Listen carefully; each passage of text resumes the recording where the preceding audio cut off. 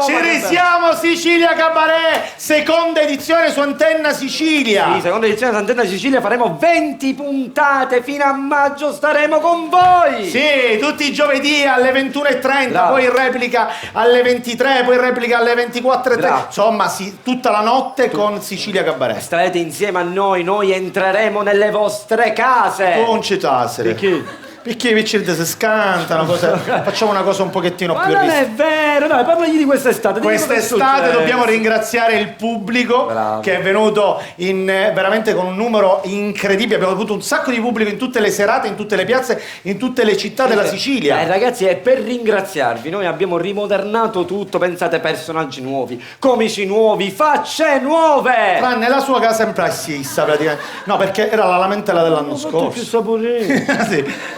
No, dai, è carino diviso. Grazie. Diviso in due. Vabbè, dai, ora che mi feci i picci, Ma ora che ti sei fatto i soldi, racconta dove vivi. E vabbè, è una situazione momentanea. In teatro. Vive in teatro. No, perché la mia ragazza quest'estate mi ha buttato fuori e mi ha detto vattene a fare in culo. Ora io stai ciccando, ma non è. Ok. A fare in culo, non è. Io so che c'è io non so chi Cristiano. Lo so, però. Secondo me chissà mezzito ci piglia percentuale. Perché? Perché ci fanno tutta la mia famiglia.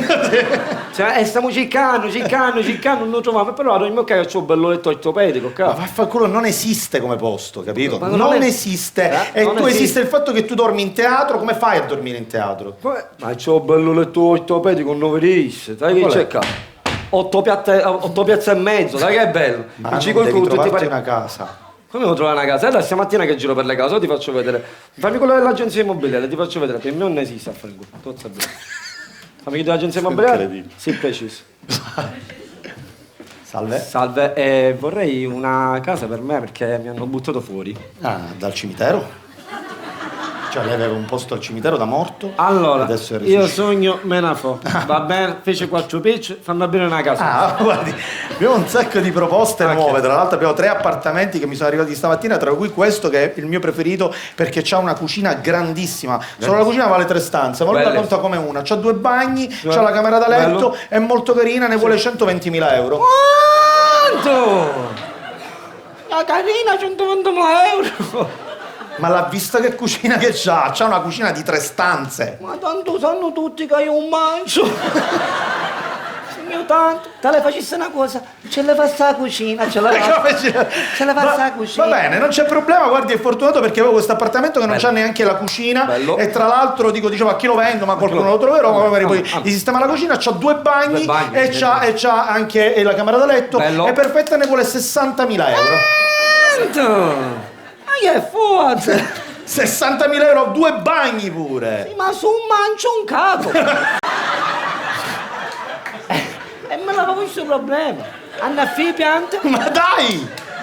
Guardi, è fortunato perché c'avevo questa casa, ho detto quale imbecille si potrà comprare questa casa che non c'ha né bagni né cucine, c'ha solo una stanza, c'ha un balcone, se vuole fa la pipì fuori, faccia quello che vuole, ma questa stanza è bellissima perché è tutta piena di specchi e vuole 18.000 euro. Manco 18.000 euro! Una stanza con tutti questi specchi! Cioè, io un mangio, un capo, quando mi dà lì un pozzo roimere. Senta, ce la passi i specchi, ce la passa, ce la passa tutto. Quanti soldi ha? 1.000 euro. Ma con 1.000 euro se ne può andare a fare in culo! Allora lo vedi che esiste sto mondo?